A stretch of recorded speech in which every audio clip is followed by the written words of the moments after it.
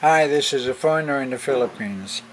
Well, a few times now I've made mention of how the way that we think is so important to the way that our lives actually unfold. This is my belief. Uh, as you know, I'm not a preacher. I'm not even what you would call religious, but I do believe in divine intervention. I believe in divine guidance, which comes when we least expect it, and is probably there all the time if only we're listening.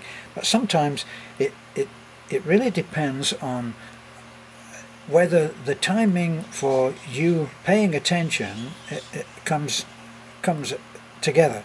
That word synchronicity that I always mention, and one of the examples that I always remember, which was so clear, was of a young boy who had decided, for some reason best known to him, that he would stop eating.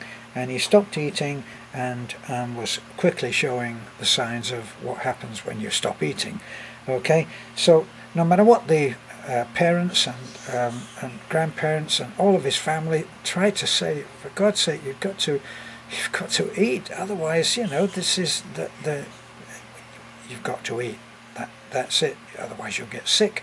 And I remember that I saw him years later when he was a grown man, and I talked to him about it. I said, what happened? What turned you on that? What was it that made you start eating again? Which obviously you did, because you're a healthy young man.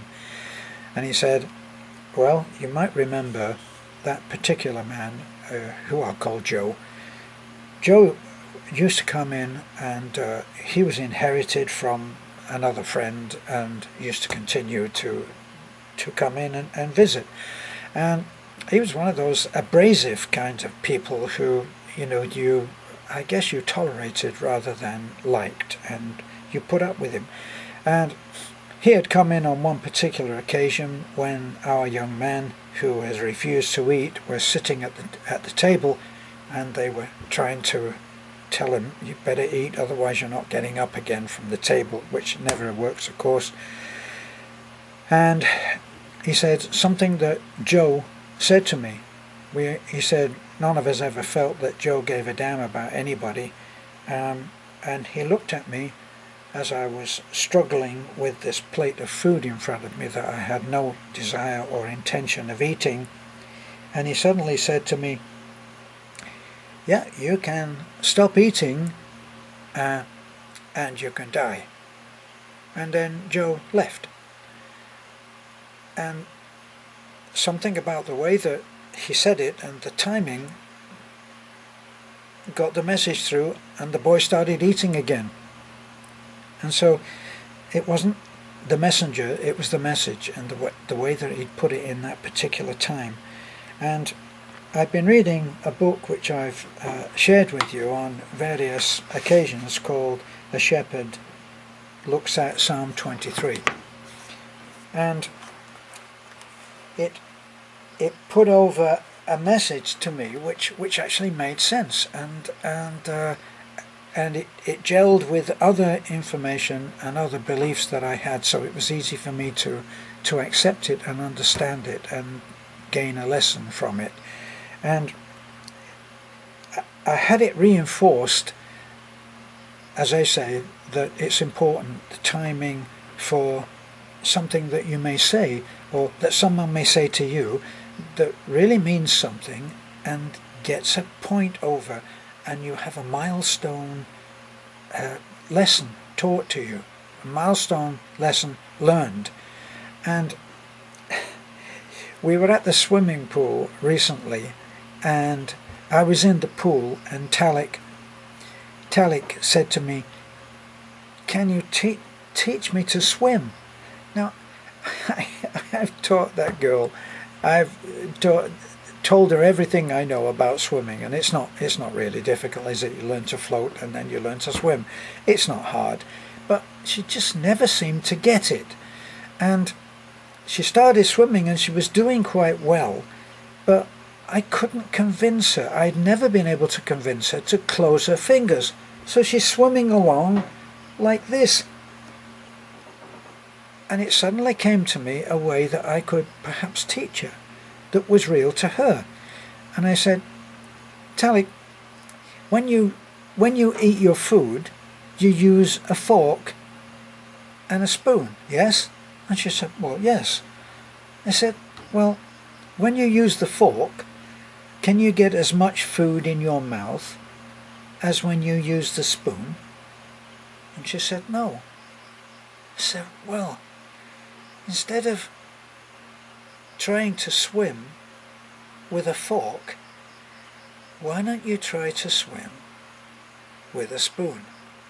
There's the spoon. And you pull the water toward you. And it's easier to do it when your hand looks like a spoon than when it looks like a hand. And she got it. And it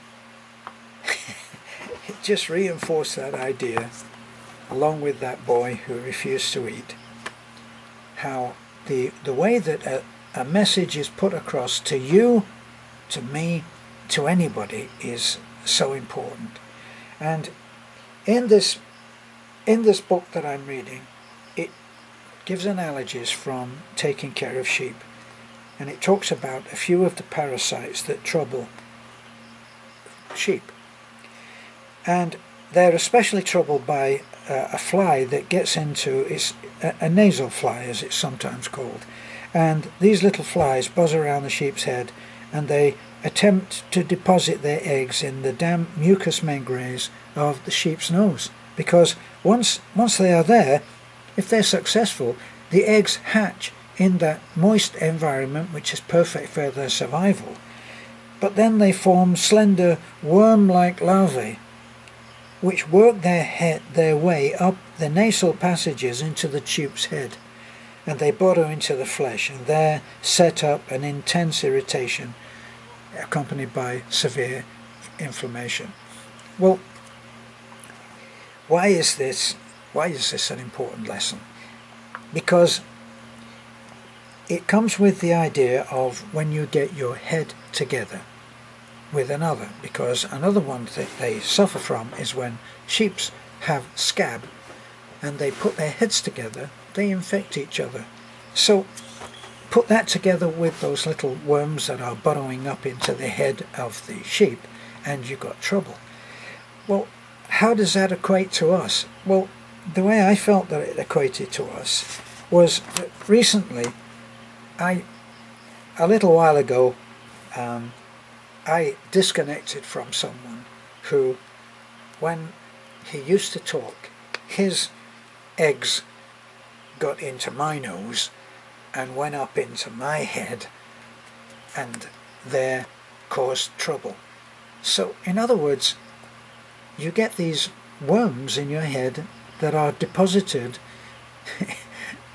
by the thoughts and the statements of other people who just aren't good for you. Do you ever remember your mom saying to you, don't go with that boy or that girl, they're not good for you, they're bad company?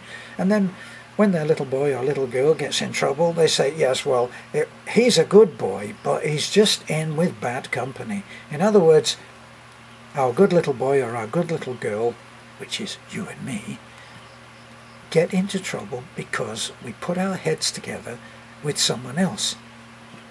Well, the other thing that I read, I thought this was a really important lesson. And I'd already, as I say, disconnected from this person because, along with a few other people, were not good for me. They were poison, they were toxic to me because their opinions were so opposed to mine. Now, so what do? Well, one of the things about the mind that I've read is that it doesn't respond well to being told not to do something. It can't work with that. It just can't work with it. So there's no point in saying, I'm not going to do that anymore. I've made up my mind. Because there's a gap. And that's what Alcoholics Anonymous do. They give a 12-step. They say, don't go down the same street where your favourite bars are. Don't associate with your guys, your friends, who love to nothing better than to have a drink. Don't look longingly at the drinks cabinet when you haven't got the key because you'll break the glass, and all of that. Don't go the same route. So in other words, you need to give your mind something to do rather than to not do. And it says this is precisely the opposite. The thought patterns of people who are becoming increasingly abhorrent today, we find more tendency to violence, hatred, prejudice, greed, cynicism, and increasing disrespect for that which is fine, noble, and pure and beautiful. So the whole thing of this is that it's precisely the opposite of what this particular scripture, this particular poem that was written by the later King David, but originally a shepherd. And it says, we are instructed emphatically what to do. We are instructed that whatever is true, whatever is noble, whatever is right, whatever is pure, whatever is lovely, whatever is admirable, if anything is excellent or praiseworthy, think about such things. Here again, the only possible practical path to attaining such a mind free of the world's contamination of whoever is putting the worms in your head, the only way is by reminding yourself, depending on your need, whether it's by the hour or by the minute, or whether it's a constant thing, or whether every morning you need to meditate and just remind yourself of the things that are there. True, noble, right, pure, lovely, admirable, excellent, praiseworthy. These are your words of the day if you would rid yourself of hate, violence, prejudice, greed, cynicism, and all of those, the bad words. And so, as I said, sometimes you need to have a lesson at a particular time in your life which is meaningful to you for whatever reason it comes in. And I wanted to share this from this particular book, which is A Shepherd Looks at Psalm 23. Now, even if you're not religious, or if you don't consider yourself biblical in your pursuits and beliefs, this is an educational book about how shepherds protect their flock and how Christ became the good shepherd. So I shouldn't do the disclaimers because I am trying to get a point over which may be helpful. And it just happens that the quotation that I've given you is from Philippians 4:8. So have a look at it. Don't take my word for it. If it makes sense to you, use it. This is a foreigner in the Philippines. Thanks for looking in.